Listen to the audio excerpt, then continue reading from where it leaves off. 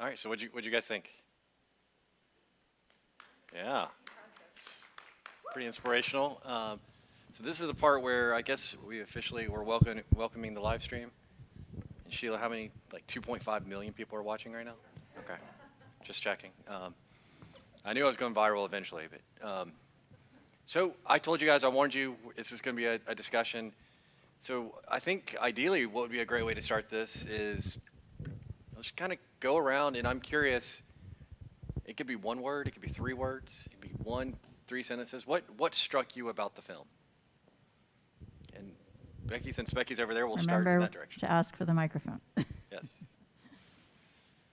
How about Captain Harper's table?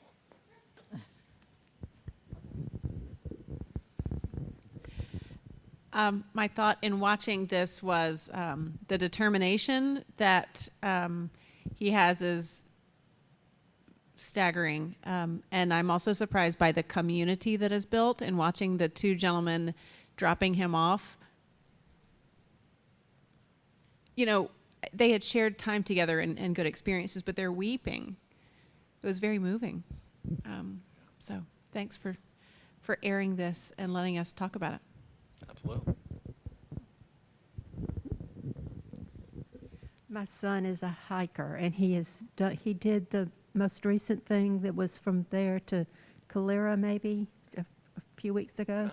And I think there's a spirituality in hiking and being in nature that you don't get anywhere else. Just not have had spirituality in hiking. You guys agree with that? I want to talk about that a little bit further soon.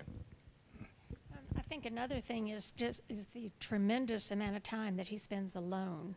You know, we talk about love of God, love of nature, but you have to truly love yourself to spend that much time with just yourself.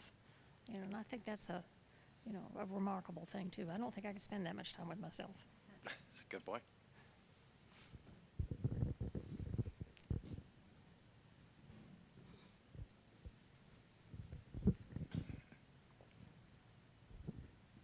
I'll pick up on what Catherine said about community and circle back to when I introduced Maggie when she was here.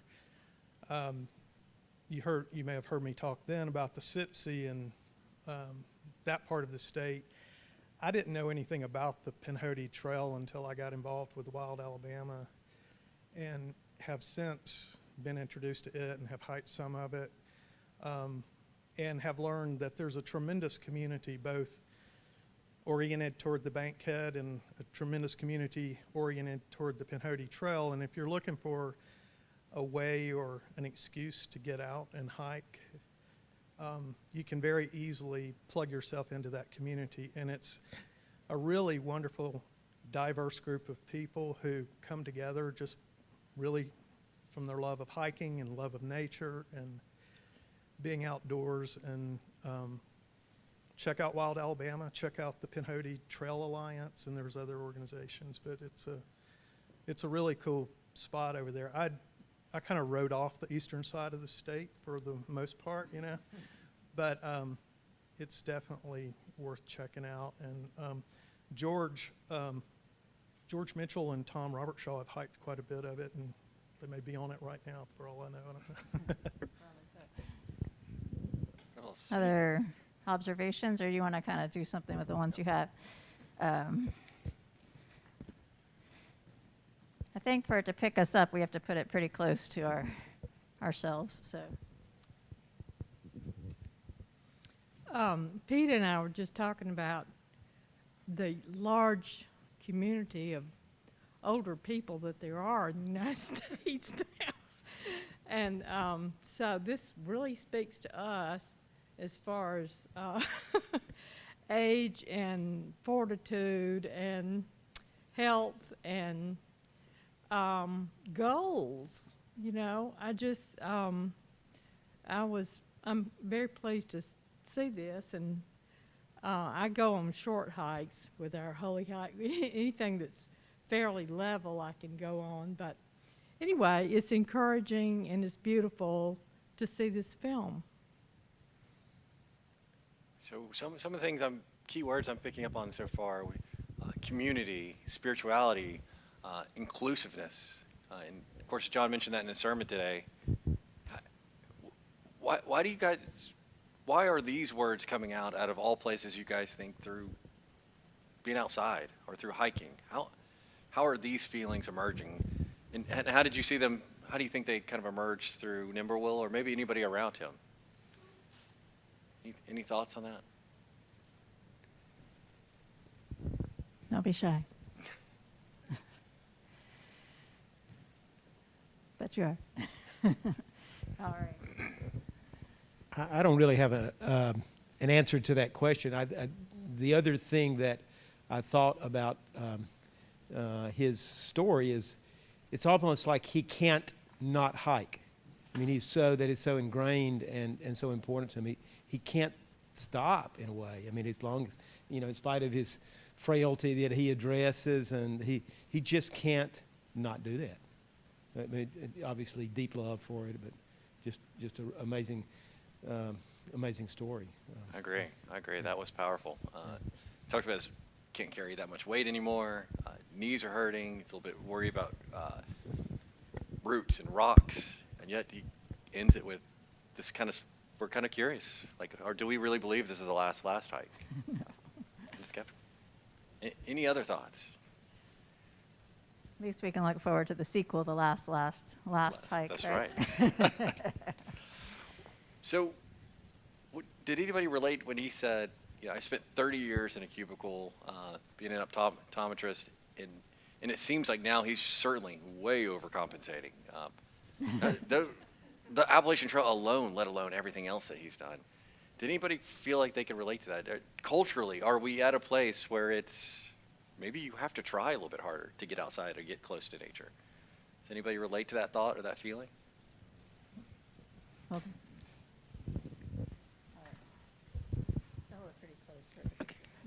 So I think people know I'm all into self-care for a variety of reasons. And when I talk to people about that, I talk about the things that are readily available to us and free. And we can step outside and we can be in the sun, or we can be in the shadows of the trees, and we are recreated. So I think that one of the things that I really responded to in the movie was there were times that I felt deep humility, and then there were other times that it was like great exaltation. And that's a spiritual experience. Why shouldn't we do that? Good point.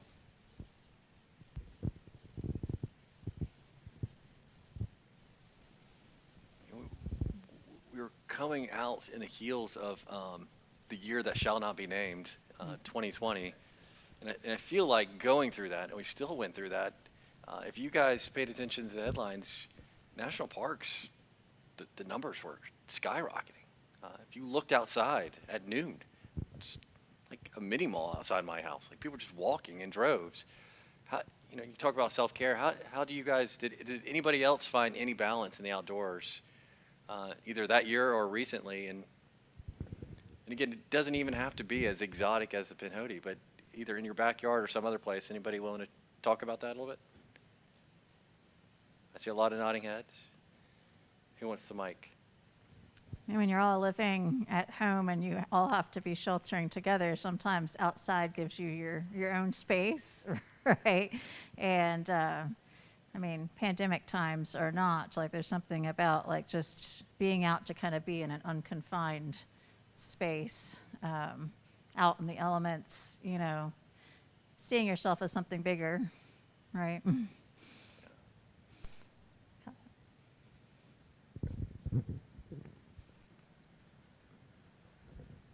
I know you said this wasn't supposed to be all about Holy Hikes, but I will say about Holy Hikes that through these last 22 months, when I have been able to go on a Holy Hike, I oftentimes find a place I haven't been before. It's not terribly far from here, But unlike a shopping mall that is very visually, like you can tell, okay, that's exactly what that is. When I followed the roads and got into a trail, I am shocked at, oh my goodness, I didn't even know this was here.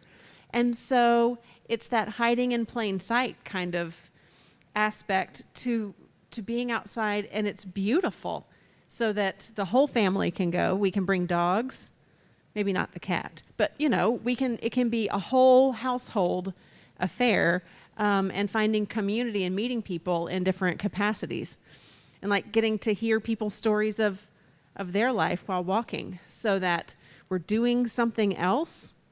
So it's a lower stress kind of experience. And I read some articles this past week or in the last 2 weeks about hiking, and how there's just been this huge explosion of people hiking, and that it is,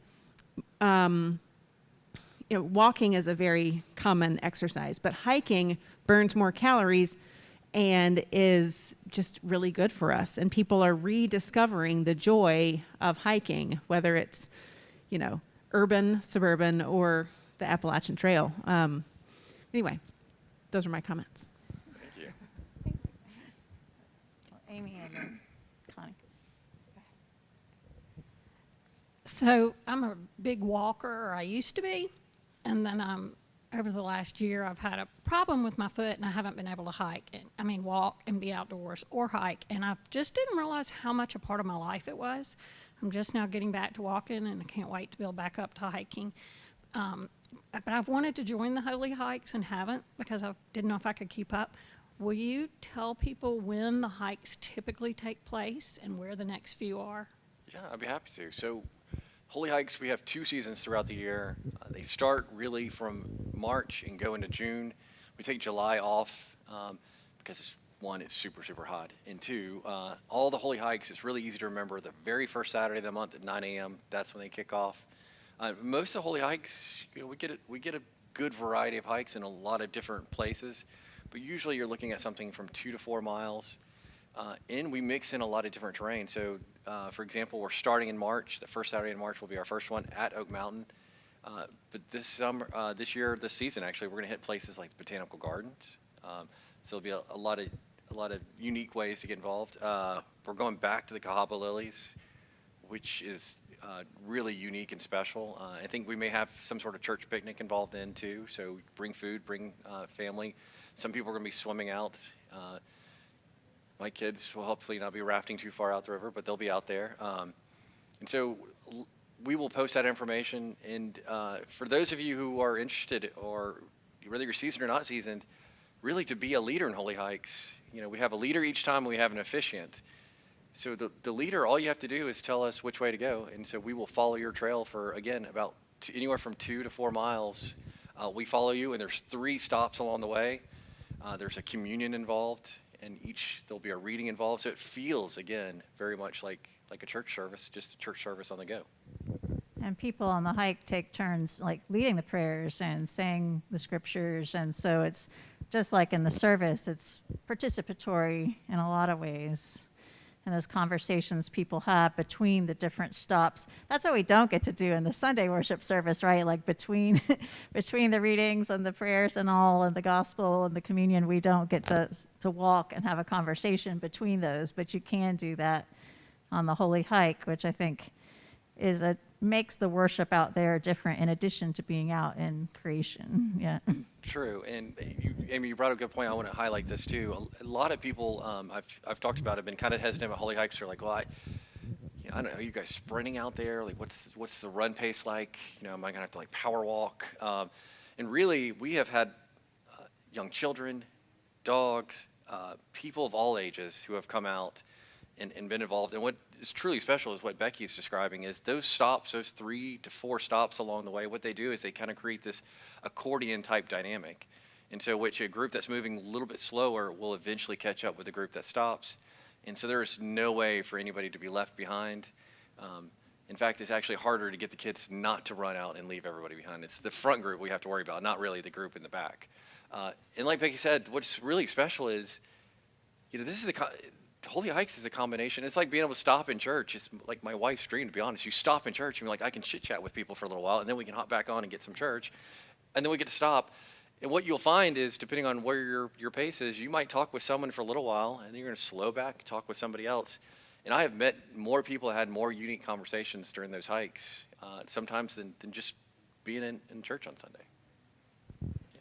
I was just going to say that I'm sure I'm not unique in that I worked in an office, 8 to 5, Monday through Friday, and had my routine before the pandemic. And with the pandemic, I've been a remote worker now for almost 2 years. So I live and work, in the same building. And I think that has brought me into the desire of, I need more. I need fresh air. I need to get out, whether it be by myself, because I need, like he had, solitude, just seeking, soul seeking, one with God, enjoying the nature, having some quiet, getting away from all the noise of the TV, the phone. There's a lot of noise and there's a lot of not really good news out there. So I see hiking bringing some inspiration and some answers to people. And I did join one of the Holy Hikes. I didn't know what to expect. I thought I'd be left behind and everybody would outrun me, and it didn't, which was good. So it was a very enjoyable thing, and you get to enjoy nature. And we had a lady with us that explained a lot of the native Alabama trees and plants, and it was educational as well. So I do encourage it, but I do think others are just trying to find something in life right now besides working in your basement, and they're looking for a community, and they're looking for something hopeful and bigger. I agree. Absolutely agree. There's a moment when Nimblewill, when he said, the Lord is in that leaf. Did that strike anybody else? And what is it? The very first line before, they had like kind of the beautiful, almost poem to start things off, but the very first line of the movie is, there's magic in that mountain. And the word magic, I don't think, probably not in Psalms, probably not in the Bible anywhere, but sometimes we're searching to describe something and words just fall short. And sometimes we fall to a word like magic. Or mystery. That is in the Bible. That was, yeah. Spirit. But I'd like to, CJ, if you have any thoughts. CJ has both led and officiated our Holy Hikes before, and I know she's very passionate about God's creation. I thought the film was going to be later, so anyway. Oh, good, thank you. I kind of met him, not personally, but through Maggie and Mark Johnson several years ago. They picked him up on the back roads up there through Jasper, and picked him up, started conversation. Maggie's never a loss for words, and took them to their home, and he stayed for, I think, at least a day or two. And so they really got to know him, and I wanted to make one other comment. I didn't know he was an optometrist. So what came to my mind was that has to do with vision and seeing. And I kept thinking of Amazing Grace. Once I was blind, but now I see. And even though he was in the business of vision, he was also blind to the world around him and the uniqueness in God's creation. So I just thought that was really special to hear that today. Yeah. But otherwise, Holy Hikes are energizing, nourishing, without being too strenuous.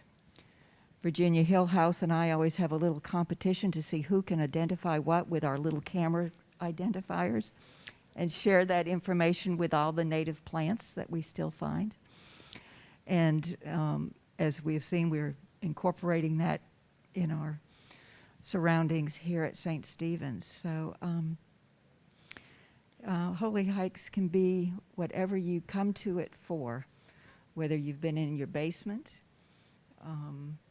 or you just needing more community, or you just needing that quiet time, which is a different quiet time. Thank you. Well, I think we should, for Holy Hikes, we should institute the name giving thing. So once you do like 3 or 4 hikes, you get the stinky name or Nimble something or, you know. And then when you're at church, somebody can go, hey, Nimble. I love that. And for all those viewing who can't see, when he said stinky, he was looking at Michael McGovern. And I think it was a coincidence. I'm not sure. But I think I'd just add that for closed captioning. I like that, our holy hiker names. Yeah. I noticed that Maggie Johnston, who was here last week, is Maggie Lady Hawk Johnston. I wish I had known to call her that last time. So on the trail, inevitably you will do something or something will happen. And then once you get a name, it is there forever. So if you get one you don't like, you can just kind of ignore that name and wait till somebody gives you some good one? You could try, but it's funny how the network, there's little journals at each, at a lot of the, not lodges, but a lot of the shelters along the way. So people will say, hey, I hung out with Stinky today. He's got the orange shoes. Make sure you say hello or make sure he's okay and different things.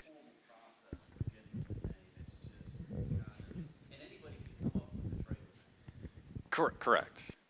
Now, they will sniff you out if you come out with one that's way too awesome, like I'm Nighthawk 3000. They're like, okay, you made up that name yourself. But usually it's organic, and it just kind of gets bestowed upon you along the way. I know we must be close. Are we out of time? The bell rang, so Oh, yeah. the bell is rung, so guess we're out of time. Well, this was good, and I'm impressed. There's just as great of a crowd today with the bad weather or the threat of bad weather as we would have on a normal day. So thank you all for braving the elements and coming out. And thank you, Alan, for leading us today.